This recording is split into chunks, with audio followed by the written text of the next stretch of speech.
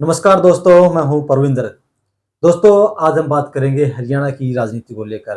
हरियाणा की राजनीति में आजकल कई अहम मुद्दे छाए हुए हैं, जिसमें सीएम नायब सैनी ने या फिर यूं कहें कि हरियाणा सरकार ने 80 करोड़ रुपए का हेलीकॉप्टर खरीदा है। दूसरी तरफ बात करें भारतीय जनता पार्टी की तरफ से जो कई नेता हैं, उन्होंने ये आरोप लगाए थे कि जिस वक्त हरियाणा में चुनाव हुए, उस वक्त कुछ लोगों ने गद्दारी की थी, जिसकी वजह से वो चुनाव हार गए थे।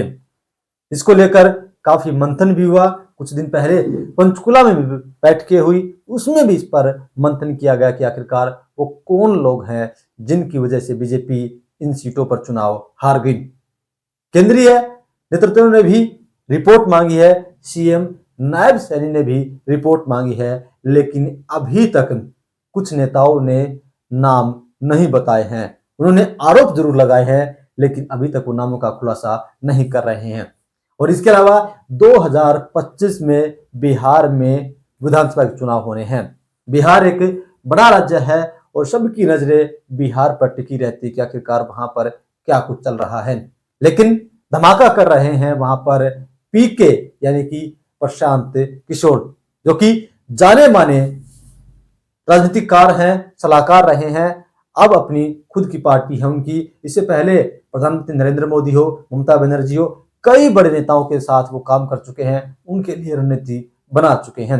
इन तमाम विषयों पर चर्चा करेंगे और हमारे साथ राजनीतिक मामलों के जानकार वीरेंद्र राठी हमारे साथ मौजूद हैं। राठी साहब, आपका कार्यक्रम में स्वागत है। आपका बहुत बहुत धन्यवाद। सभी दर्शकों को मेरी तरफ से नमस्कार। राठी साहब, सबसे पहले चर्चा करेंगे कि 80 करोड़ का हेलीकॉप्टर आया है, क्या कहेंगे आप? देखो, नई सरकार बनी है और मुख्यमंत्री नायब सिंह सैनी जी का नेतृत्व पहले ही घोषित कर दिया गया था कि अगर बीजेपी की सरकार बनी तो ये सीएम होंगे। तो नया जोश है, नई सरकार है, नई उमंग है, ऊंची उड़ान भरने का इरादा है। तो उसके लिए हेलीकॉप्टर तो नया चाहिए।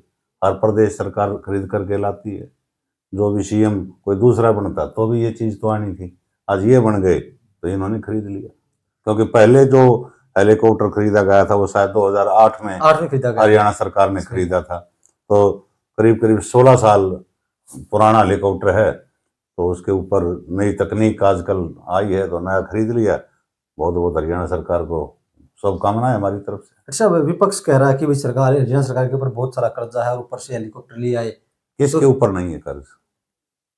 केवल हरियाणा प्रदेश पे थोड़ा ही है, पूरे देश के ऊपर कर्ज है। विवाद से थोड़ा ही है। अगर हिंदुस्तान का हर व्यक्ति जो आज पैदा होता है वो भी कर्ज लेकर के पैदा होता है, लेकिन इसके ऊपर हम ये उंगली उठाएं कि हेलीकॉप्टर क्यों खरीद लिया? क्या जो आदमी ये आरोप लगा रहे हैं, मैं किसी दल का नाम नहीं ले रहा हूं, ना किसी नेता का नाम ले रहा हूं, और प्रदेशों के अंदर दूसरी पार्टियों की भी सरकारें हैं, क्या उनके ऊपर कर्ज नहीं है? हाँ, ये चीज चलती आ रही है और चलती है। लेकिन किसी इस प्रकार को ब्लेम कर देना कि भाई खर्चे कम करो, भगवंत मान जी ने किए पंजाब के अंदर। जिस प्रकार से उन्होंने पेंशन को ही खत्म किया कि जो विधायक 5 बार बन गया, 7 बार बन गया, हम जो 1 बार की पेंशन देंगे, बाकी भत्ते नहीं देंगे। और कटौती उन्होंने सुविधाओं में कमी की है। क्या उसकी प्रशंसा कर रहे हैं विपक्ष के नेता या अन्य पार्टियों के नेता? फिर तो भगवंत मान के राह पे चलना चाहिए, पंजाब की तर्ज पर चलना चाहिए। तो ये तो एक राजनीतिक बातें होती है, राजनीतिक बातें इस प्रकार के लोग करते रहते हैं। क्या नए नए हेलीकॉप्टर से नई गति मिलेगी? देखो, गति तो इससे काम से कोई लेना देना नहीं होता, लेकिन कहीं सुरक्षा फीचर्स की भी बात होती है। मुख्यमंत्री जो है प्रदेश के ऊपरी 2 नामों में आता है, एक राज्यपाल जी होते हैं, एक मुख्यमंत्री जी होते हैं। मंत्री जी, विधायक जी और आम जनता बाद में आती है। तो प्रथम नागरिक का दर्जा राज्यपाल को, तो उसके बाद तो मुख्यमंत्री जी हैं। तो सुरक्षा की दृष्टि से ये चीजें ले ली गई होगी।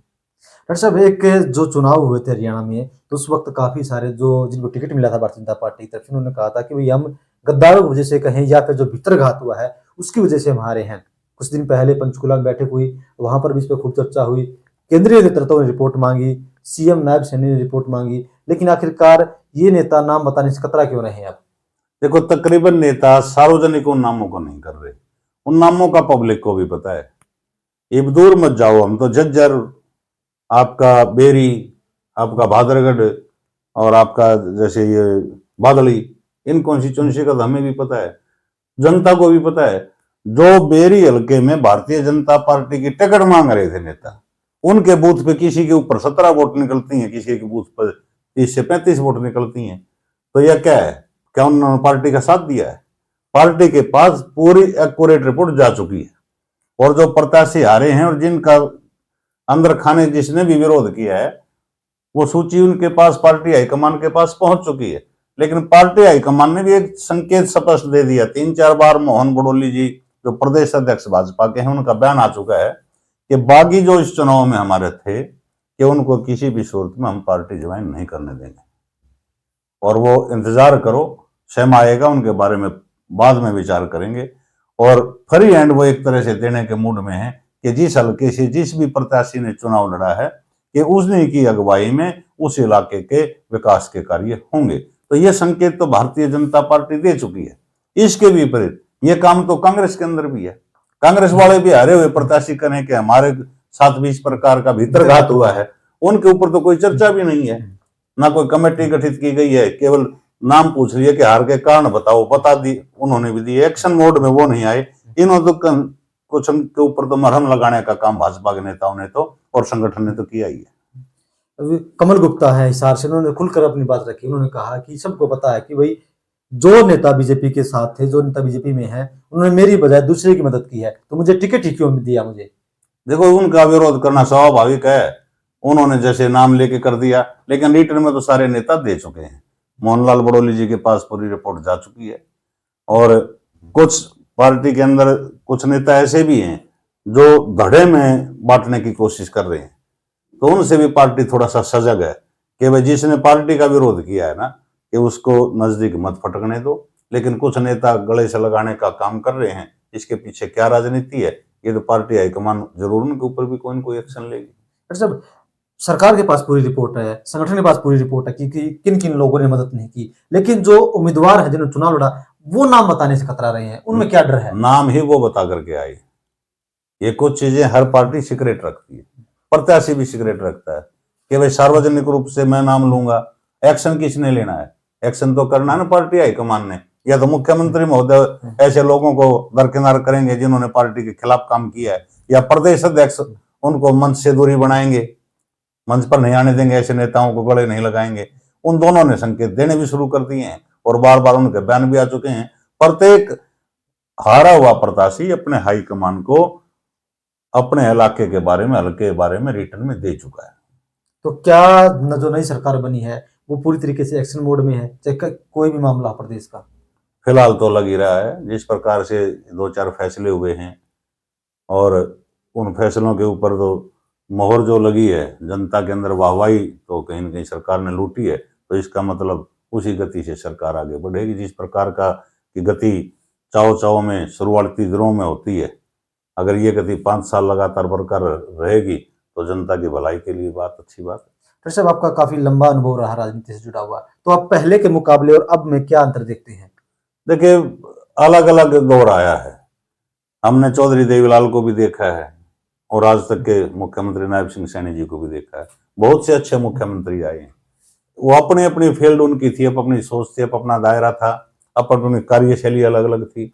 जिस प्रकार से चौधरी बंसीलाल के नाम के साथ तो हरियाणा निर्माता जुड़ा हुआ है, और हरियाणा का निर्माण भी किया था। देश के कई प्रदेशों के अंदर तो ऐसे ऐसे गांव हैं जहां तक सड़क और बिजली नहीं गई है, लेकिन चौधरी बंसीलाल जी ऐसे प्रदेश के मुख्यमंत्री बने थे। जब पंजाब से हरियाणा अलग हुआ तो चर्चाएं थी कि अपने कर्मचारियों को वेतन भी हरियाणा नहीं दे पाएगा, और चौधरी बंसीलाल ने लिमिटेड समय में इंदिरा गांधी जी के हाथ से हरियाणा के आखिरी गांव के अंदर बिजली का उद्घाटन करवाया था, बिजली को जा करके और सड़कें बनवा करके। चौधरी देवीलाल थे, वो जन नेता के रूप में उनकी एक छवि थी। मनोहर लाल खट्टर जी की छवि जो है वो बिना खर्ची बिना पर्ची वाली छवि उनकी रही है, और उसी छवि को आज नायब सिंह सैनी भी आगे बढ़ा करके चल रहे हैं। बीच में अल्प समय के लिए कुछ मुख्यमंत्री आए, उनमें मास्टर हुकुम सिंह का भी नाम आप ले सकते हो, उनमें बनारसी दास गुप्ता जी का भी ले सकते हो। चंद समय के लिए राव वीरेंद्र सिंह जी बने।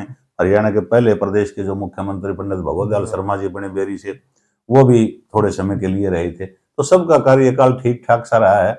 और अगर हम चर्चा करें कि भाई कौन ज्यादा लोकप्रियता के पैमाने पे पुराने मुख्यमंत्रियों की तुलना की जाए, तो कई मुख्यमंत्री लोकप्रियता के पैमाने पर जनता की नजरों के तारे बने रहे, लेकिन उनकी कार्यशैली अलग थी, जीवन शैली अलग थी। चाहे वो चौधरी देवीलाल थे, चाहे चौधरी बंसीलाल थे, चाहे वो मनोहर लाल खट्टर थे, और आज नायब सिंह सैनी जिस प्रकार से काम कर रहे हैं, शायद एक लोकप्रिय सीएम हरियाणा के ये भी साबित होंगे। राशि साहब, अगर बात करें 2025 में बिहार में चुनाव होने हैं और पीके को लेकर काफी सारी चर्चाएं हो रही हैं कि जिस तरीके से उन्होंने अपने उम्मीदवार उठाए, हालांकि वो चुनाव में जीत दर्ज नहीं कर पाए, और अमेरिका में जाकर उन्होंने बिहारियों को लेकर काफी कुछ कहा है कि भाई बिहार में जनसंख्या बड़ी तेजी के साथ बढ़ रही है, तो क्या कहेंगे आप? अब जैसे देश के अंदर कई प्रदेशों के अंदर उपचुनाव हुआ, तो बिहार के अंदर भी उपचुनाव हुआ, जिसकी मतगणना 23 नवंबर को हुई, मतों की गिनती। तो उसमें 4 सीटों के ऊपर प्रशांत किशोर जी ने जो अपनी पार्टी बनाई है, उस पार्टी के प्रत्याशी उठाए, और उन्होंने जो अपना चुनाव चिन्ह लिया है, वो भी अपना जो स्लोगन उनका है उसके हिसाब से चयन किया है। वो चुनाव चिन्ह उन्होंने लिया है स्कूल बैग, बस्ता हम जिसको कह सकते हैं। वो उन्होंने क्यों चुना? उनका नारा एक ही है कि उद्योग बिहार के अंदर क्यों नहीं लग रहे, बाहर उद्योग लगते हैं, और बिहार का आदमी केवल मजदूर बन करके वहां क्यों जाए। टैलेंट की कमी बिहार के अंदर नहीं है। सबसे ज्यादा आईएएस आप देखोगे तो शायद बिहार से ही पुराने समय में निकलते थे। बड़े बड़े जो शिक्षण संस्थान होते थे, गुरुकुल होते थे, वो भी बिहार के अंदर सबसे ज्यादा थे। वो कहते हैं कि बिहार खुद एक इंडस्ट्री का हब क्यों ना बने, और उसके लिए जरूर तो उन्होंने जोर दे रखा है पढ़ाई के ऊपर, कि बिहार के अंदर शिक्षा पद्धति अगर अच्छी होगी तो बिहार भी तरक्की करेगा। तो उन्होंने 4 विधानसभा सीटों से चुनाव लड़वाया। 2 तो गया के क्षेत्र की सीटें थी। तो एक विधानसभा से तो उनकी वोटें आई मात्र 6000 उनके प्रत्याशी की वोटें, लेकिन वो नंबर 3 पे रहे 6000 वोट लेने के बाद। और एक विधानसभा सीट के ऊपर उनकी आई 7500 वोटें। एक विधानसभा सीट के ऊपर उनकी आई 17500 वोटें। और एक विधानसभा ऐसी थी जहां उनके प्रत्याशी ने 37,000 से ज्यादा मत प्राप्त किए। तो कहीं न कहीं प्रशांत किशोर जिस रणनीति के तहत बिहार के अंदर एंट्री ले रहे हैं, अपना राजनीतिक दल बना करके, आने वाला समय जो 2025 के अंदर जो बिहार के अंदर विधानसभा चुनाव होने हैं, उन चुनावों में एक दमदार एंट्री प्रशांत किशोर की पार्टी करने जा रही है। और इन चारों हलकों के वोटों का अगर हम जोड़ करके देखते हैं या रुझान के रूप में देखते हैं, तो 37,000 17,000 वोट कम नहीं है, बहुत ज्यादा वोटें हैं शुरुआती पारी में। क्योंकि बड़े बड़े दल वहां भारतीय जनता पार्टी भी है, कांग्रेस भी है, दोनों अलायंस में है। कोई नीतीश के साथ अलायंस में है, तो कोई लालू यादव के बेटे के साथ अलायंस में है। लालू यादव की पार्टी है, जनता दल यूनाइटेड भी है, नीतीश कुमार की पार्टी। चारों दलों को पिछाड़ करके जिस प्रकार से अपनी जगह बनाई है प्रशांत किशोर ने लिमिटेड समय के अंदर, पहले ही चुनाव के अंदर, तो संकेत सीधा सा है कि बिहार के अंदर प्रशांत किशोर की स्वीकार्यता, जनता उनको एक तरह से मंजूरी दे रही है, उनका स्वागत कर रही है। सब जानते हैं प्रशांत किशोर को एक रणनीतिकार के तौर पर एक मान्यता मिली हुई है कि बड़े बड़े लीडरों के साथ वो काम कर चुके हैं, बड़ी बड़ी जो पार्टी है उनके लिए रणनीति बना चुके हैं। तो क्या उसका असर भी देखने को मिलेगा यहाँ पर, जो उनका अनुभव रहा पीछे? देखिए, जो छाप उनकी है कि जिस भी पॉलिटिकल पार्टी के लिए, जिस भी नेता के लिए उन्होंने काम किया, ज्यादातर वो सफल रहे हैं।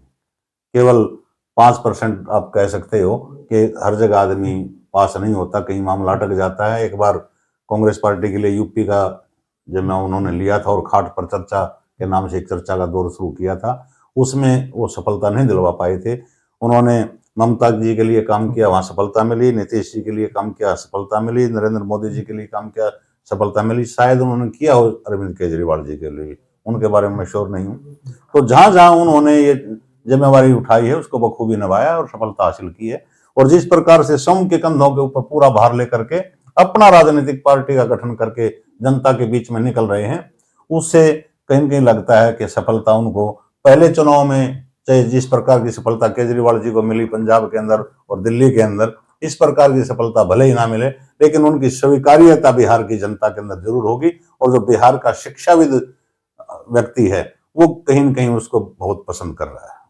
चलिए दोस्तों, कहीं ना कहीं तस्वीर पूरी तरीके से हरियाणा में साफ दिख रही है कि हरियाणा में एक तो नया हेलीकॉप्टर आया है सीएम नायब सैनी के लिए, और दूसरी तरफ जो है बीजेपी पार्टी पूरी तरीके से एक्शन मोड में नजर आ रही है। या तो जो बागी है उनके खिलाफ कार्रवाई करनी हो या विकास के काम है, उन सब को लेकर पार्टी अब पूरी तरीके से एक्शन मोड में नजर आ रही है। इन तमाम विषयों पर चर्चा करने के लिए राठी साहब आपका बहुत बहुत धन्यवाद। बहुत बहुत शुक्रिया।